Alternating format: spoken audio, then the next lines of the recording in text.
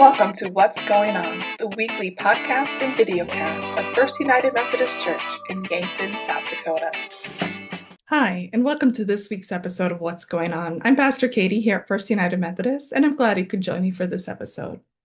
I want to let you know of a few things that are happening in the life of the church before we dive into our topic for today. This coming Sunday after worship, we will be doing our garden blessing. We have 3 plots of garden out at the Yankton Healthy Garden Plots by West City Limit Roads in the dog park. You will know where our plots are by the cross and flame signs that have been donated to be out there and identify who we are while we're out there. The blessing is an opportunity for us to not only bless the garden as it grows and produces fruit and vegetables, but also blessing the ministries that it supports, including our Care Casseroles ministry and a mission that we do where the people in the church make salsa from the vegetables in the garden and sell it to have money to help pay for school lunch debt at Yankton School District. So those are just 2 of the ways that the garden benefits the mission and ministry we do here at the church. And we'd love for you to be a part of it, not just the blessing, but also in the serving of the garden, including weeding and watering it throughout the summer, as well as helping to harvest in the fall. And so that will be happening roughly 11:30-ish. We want you to be able to have a little time for fellowship after worship before we head out there. But it's been a kind of a tradition that we've been doing, and it's a short service, but I think really meaningful and reminds us of the connection that we have to God's earth. This coming week also marks the deadline for the early bird camp registration deadline.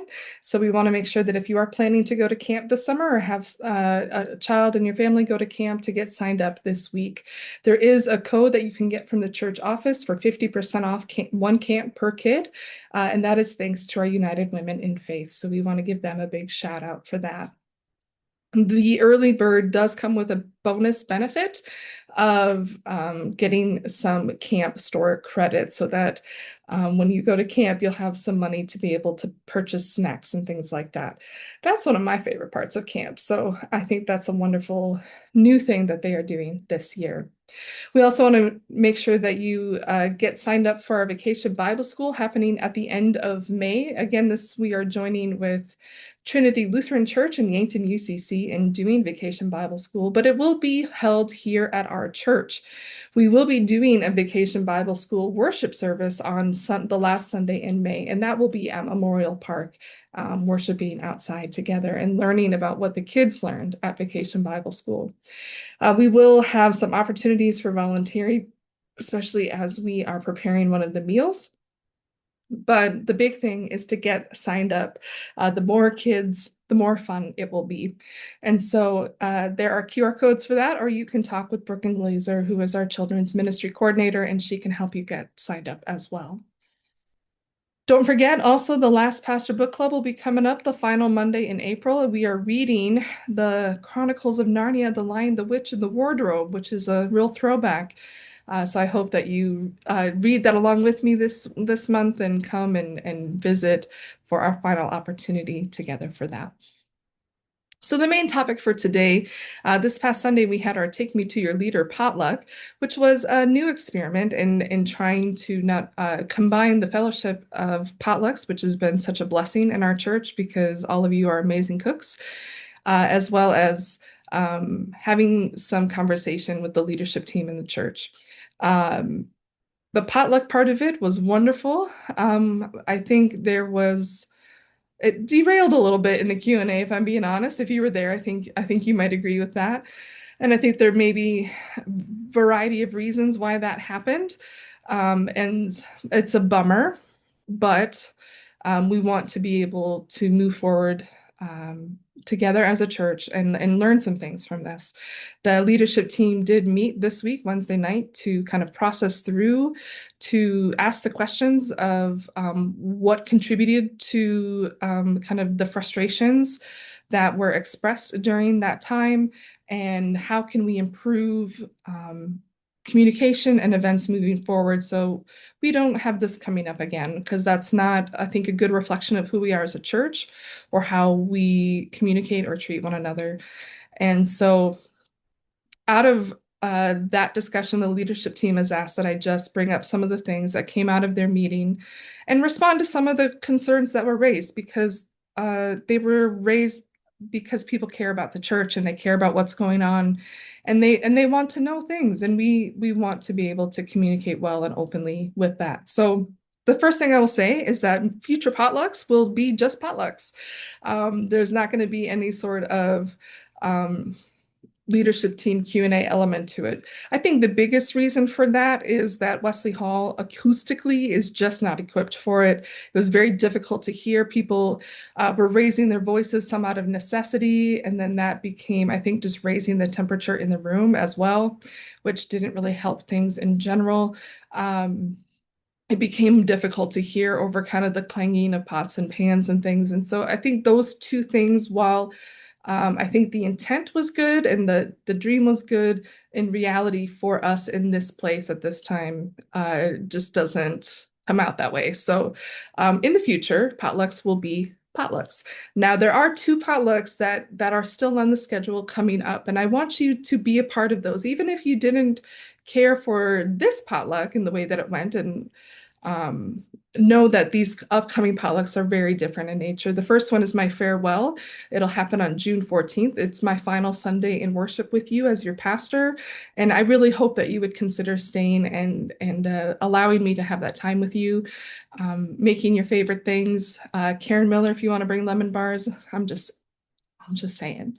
Um, and then there will be one scheduled in July as a welcome for Pastor Valerie and her family. And so those are, again, very different in nature, very fellowship focused and oriented. And moving forward, potlucks will be that way. Leadership felt that probably what is better to be able to truly hear one another and to facilitate better communication is to host time in their meetings for people to come and to share.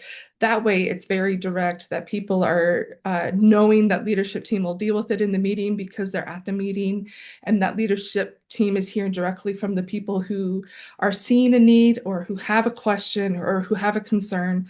And that, again, that it kind of brings it down to the most direct form of communication so that nothing gets lost in translation. Or lost in assumptions that people know things that they don't, So we're trying to eliminate the telephone game as much as we can within church communication. With that being said, leadership team, and we will make meeting times and dates known in the bulletin and an announcement so that you are welcome to come. The next leadership team meeting is scheduled for May 13th, which is a Wednesday evening at 6:30. Normally we do them on Sundays, but May is a difficult month to meet on Sundays. So for May in particular, that's when it'll be. Leadership team schedules their meetings 1 month out. So also you can be looking in the minutes found in the reminder of the previous month to see when the next meeting has been scheduled. We will continue to be printing minutes for leadership team meetings every reminder, every time there is a meeting. So please know that that is a place you also can always look to see what leadership team is talking about and working on to keep up to date with what they are doing. There are a few topics that came up that I'd like to be able to just talk about in this podcast, which I think would be a better way for people to be able to hear and to process the information, because there's a lot of pieces that I just want that were lifted up that I want to make sure everyone gets to hear. And if you weren't at the potluck, you didn't get to hear the answer then anyway. So again, this gives just me an opportunity to share with you once more. The first topic that I want to bring up is around the parsonage. There were a few different agenda items that were lifted up about the parsonage. And so I just want to bring some clarity to some of those things. First, there was questions around the cost of what is happening in the parsonage during this pastoral transition. So the first thing I want to say is there is a full breakdown of trustee items around the parsonage during the transition that will be published in this upcoming reminder. And so you will see the items that need to be tended to, who is responsible for it, what is being done with it, and how it is being paid for.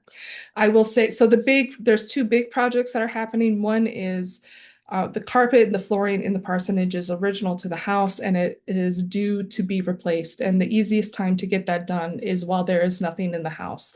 And so trustees and leadership team opted to replace the flooring, all the carpet in the house. The kitchen flooring, that is going to stay. There's the tiling in the bathrooms and in the front entry, that is going to stay.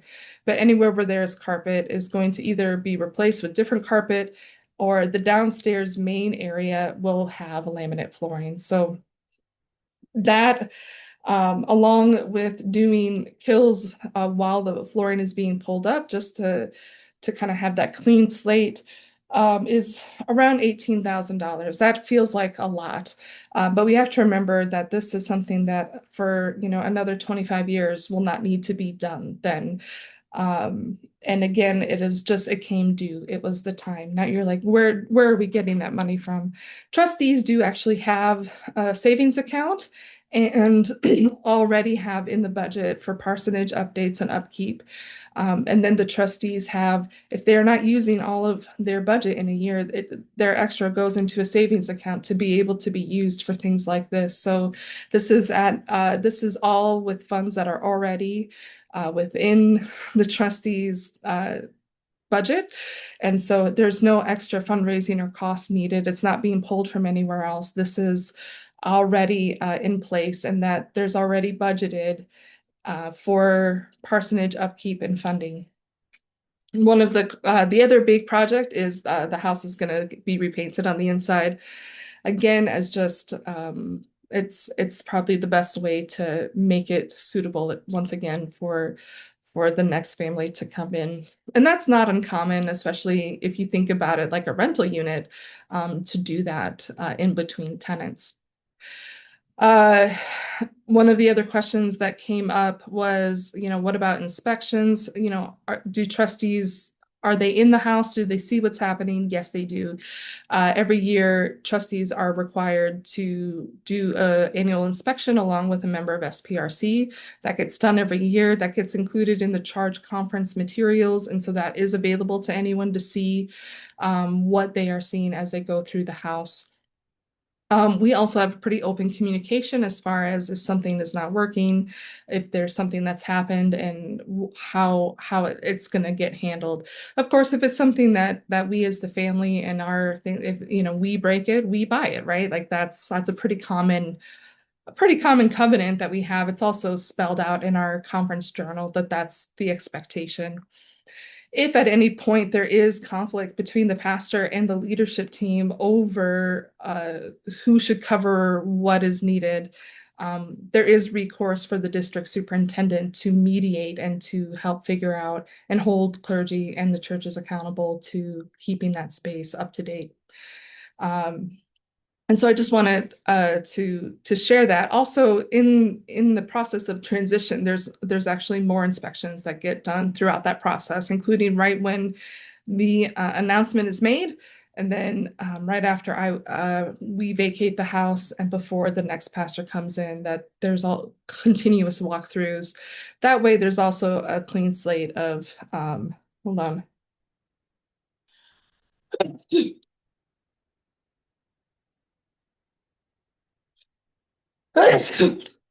If there's something that is broken in the house prior to the pastor moving in, that pastor is not held liable for that. Again, it's protecting both ways and honoring that covenant. I will give one example of something that Jason and I will be covering the cost of because it was not natural wear and tear. I had to do with one of our cats, and that is there is a screen that goes across the sliding glass doors that face the west, and in the evenings, we often needed to close it because the light was very beautiful but very bright. I have one cat that just thought that was an abomination, and he did not care for that at all. And there are claw marks in there. So we will, the trustees is going to order a replacement for that. What we agreed upon was if the trustees would determine what is the best replacement for that, we will pay the bill because that is on us. That was our cat that did that. That's not natural wear and tear. And so we have gone through those things of what things are just coming due and what things are as a result of beyond normal wear and tear. So I do want to put that out there that those things are happening. And if you have questions, please let us know. But um, there is all of the financial needs to cover the parsonage are already covered within our budget. And those are the two main things that have come out of that discussion. So the next thing that was covered also lifted up in relation to the parsonage was the question of do we have to provide pastors a parsonage? It was brought up that maybe other churches in the community no longer provide parsonages for pastors, and there's many jobs that don't provide housing for their employees. And so maybe we need to just move away from that. The reality is, as United Methodists, it is in our book of discipline that clergy are provided adequate housing for ministry wherever they are serving. Now, there's a little bit of leeway in what that looks like, but it is something that is in the book of discipline and therefore cannot be decided by the local church. Whether or not to provide adequate, how they're going to do it, they have to do it somehow. Now, what the church does have ability to discuss is providing a physical parsonage, which is the preferred thing to do according to our conference journal. And the conference gets to spell out kind of the parsonage standards and what is required and what churches need to be doing, or doing a housing allowance, which is instead of providing a house, the church provides funds for a pastor to find their own housing. And theoretically that those funds would cover the same type of house, the same costs that go into having a parsonage.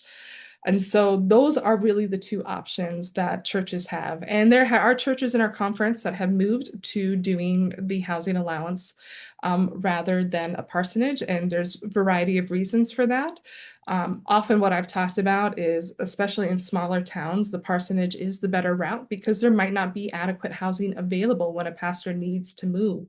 We are not given a whole lot of time or a big window of time in order to find housing on our own if we were to do that. And so oftentimes in bigger areas that have a lot more, housing market available, that's a little bit easier for a pastor to find something. And it can be a benefit to the pastor in that way for equity reasons. And so sometimes pastors opt to do that. In smaller places where that's a little less, buying and selling houses are a little harder to find and a little harder to sell. It really makes more sense for the church to retain a property because otherwise you might have a pastor that can't get here, that can't find adequate housing. And I can tell you that that would be an incredibly big stressor and very difficult to do ministry if that is what you're concerned with. And we've had that happen. A pastor friend of mine was appointed one place where they had to purchase a house and then got called somewhere else in the other state in our conference, and they were not able to sell the first house for about 2 years. So for 2 years, they had two mortgages on a pastor's salary. No pastor can swing that. I don't know anybody who can swing that. And so that's again some of the reasons why this is set up the way it is that it's part of the system that we have of appointments that our pastors are moved more frequently. They are moved in a specific timeline. It's not like a call system where you may go years without a pastor and pastors are choosing between multiple churches and looking, and churches are trying to entice pastors to come. That's not the way we do it. The pastor comes because they're told to come by the bishop, and pastors go where they're sent rather than discerning, um, is this the best I can get kind of thing. That's not what we do in our system. Now, there are pros and cons to all systems. But I will say that leadership team did hear that, and out of that, what they heard is, moving forward, we should always be prepared to understand our options and to be discerning on whether or not our church is in a position and in a community that could support a pastor being able to purchase a home, and that we can support paying for that, paying for that stipend. Or if we want to continue with the parsonage, which is fully paid off, but does require some landlord duties. And so I think that is an important and valid conversation. And the leadership team did hear that. And I know that they are starting to kind of crunch numbers just to get a sense of um, what it's costing to have the parsonage versus what it would cost to do that. I know Pastor Valerie and her family are going to be using the parsonage, but there is also a question out to the conference about, because both the Vermilion pastor and the Yankton pastor will be living in the Yankton parsonage, will Vermilion be contributing to some of that housing cost? And so we are waiting to hear back from that, because that is a valid question. And we'll let you know once we find that out. So that's just a little bit around that. I know that that question really came out of a place of wanting to save the church some money, and maybe a misunderstanding of the system that we have, and how pastors come to churches. So I hope that clears that up a little bit. Again, if you have more questions around that, please let me know. The other big conversation piece that I heard was around the cameras, security system, door thing, which has just been probably the most frustrating piece of logistics since I've been here, because prior to me coming, a system had been installed, and then we had nothing but issues with trying to communicate with that company, including that company never actually sending us an invoice. And then anytime an issue came up, trying to call, trying to email, trying to, I don't know, send smoke signals. We couldn't get a hold of anybody or get anybody to actually respond to us, which was very frustrating. And many leadership team members, trustee members, staff people, when Tiffany was on staff with us, this was a constant thorn in her side as well. And so we got to a point when some of these cameras started to stop recording. Okay, well, what are we going to do? And what can we do legally? So it began with questions of, what do we do with this equipment that we have that we technically didn't pay for? Does the contract even really exist? And so, are we allowed to take that out? So we had to kind of figure out legally what were our options, and then going through and kind of, there's a million different ways to handle these things, and discerning what it is that we needed for the church, what were the priorities, and what were the best ways to accomplish that would be cost effective as well. And so there was a task force that was created to help discern all of that. That takes a while, especially when the bulk of the people are not super technical people. And so you're having to kind of trust some of and lean on some of our more technical members. Ultimately, the task force recommended Todd Cowman to leadership team. That got approved. And then we had another little gap of communication, and I'm not sure exactly what happened. But where we are today is that the equipment has been ordered. Some of it has come in. They're waiting on a little bit more. Leadership team has taken a much stronger approach with Todd Kalman as far as following up and staying on top of deadlines and schedules, and being very clear in our communication that this needs to be done before the new pastor comes. That is the intention, and leadership team has been growing more and more forceful in getting this to be done. I believe this is still the right move, because it allows for seamless integration among our systems. And he also will be providing some IT support, which is an area that we didn't have. And so these are good things moving forward. Have there been hiccups in this process? You betcha. Has it been frustrating? Oh my goodness. Yes, it has. But I did ask Dan Swihart to include an update and a summary of that project in the reminder. Also, I don't know if I mentioned, but I asked John Schaefer, who's on the trustees, to submit a report about all of the things happening in the parsonage for this transition so you can see what the projects are, how they're going to be handled, and who's paying for what. Those are going to be found in the May reminder that is getting mailed out next week. So if you have detailed questions about the camera security project, Dan Swihart is going to be your best option. Everyone else, due to our lack of technical expertise, can talk in generals. But if you're looking for very specific things of how something might get integrated or what's the timeline or priority schedule, Dan is going to be your best person to visit with on that. He did speak during the potluck on Sunday, but he's a soft-spoken man, and again, the acoustics there didn't help. So I know a lot of people didn't catch everything that he was saying. So I just wanted to talk about that a little bit.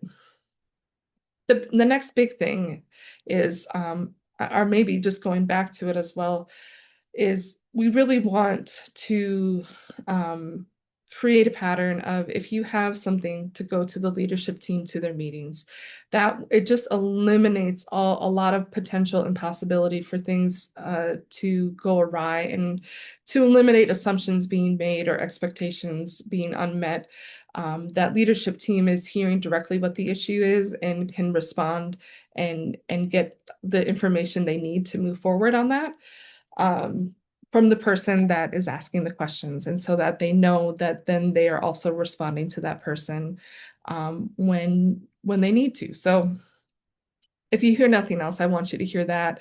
And then to second, I want to say that I'm so proud of our leadership team. This is a group of volunteers that do this and that come and serve a 3-year term, and it's 3 years, and it's a lot for 3 years.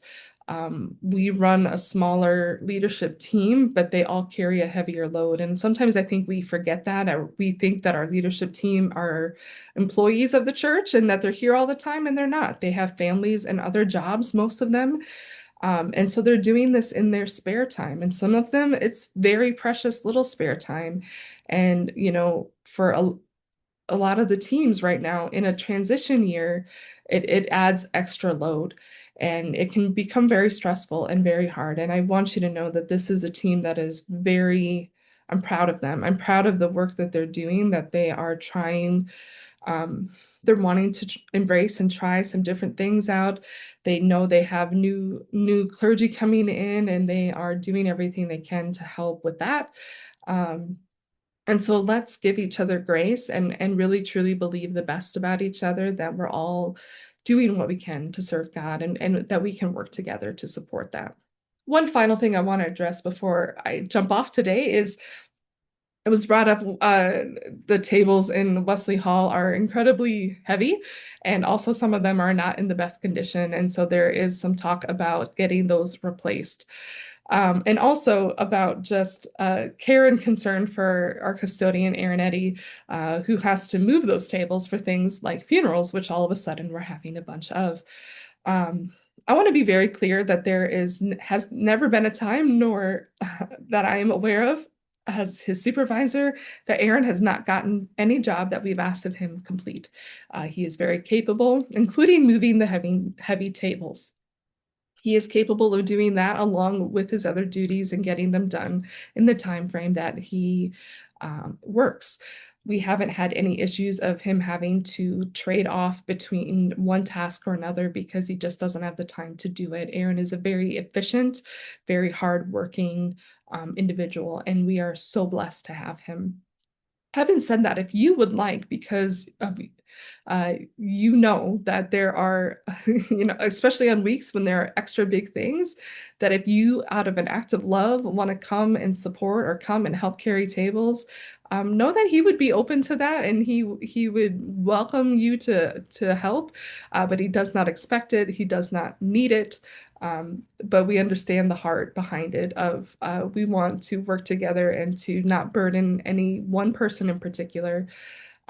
But I just want to be very clear that that did not come at all from a place of he has not been doing his duties or unable to do his duties. In fact, the opposite is quite true. He is, nobody can replace Craig, but Aaron is doing a wonderful job making this role his own and doing it in a way that that fits into his life, and it's been really good for the church as well. So I just want to lift that up as well.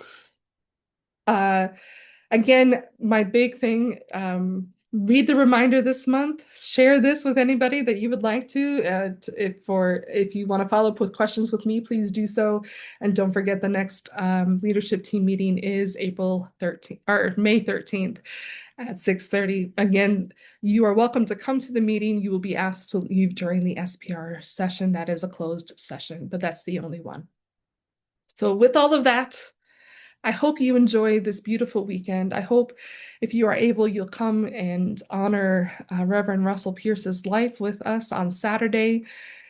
And if you get a chance, come say hi. I'm going to be doing a rummage sale, so we'd love to see you. Until next time, God bless. Thank you for joining us for this episode of What's Going On, a video and audio podcast of First United Methodist Church in Yankton, South Dakota. We'd love to have you join us for worship on Sundays at 10 a.m., either in person or via our live stream, which can be found at our website, www.firstumcyankton.org, or by searching First UMC Yankton on YouTube.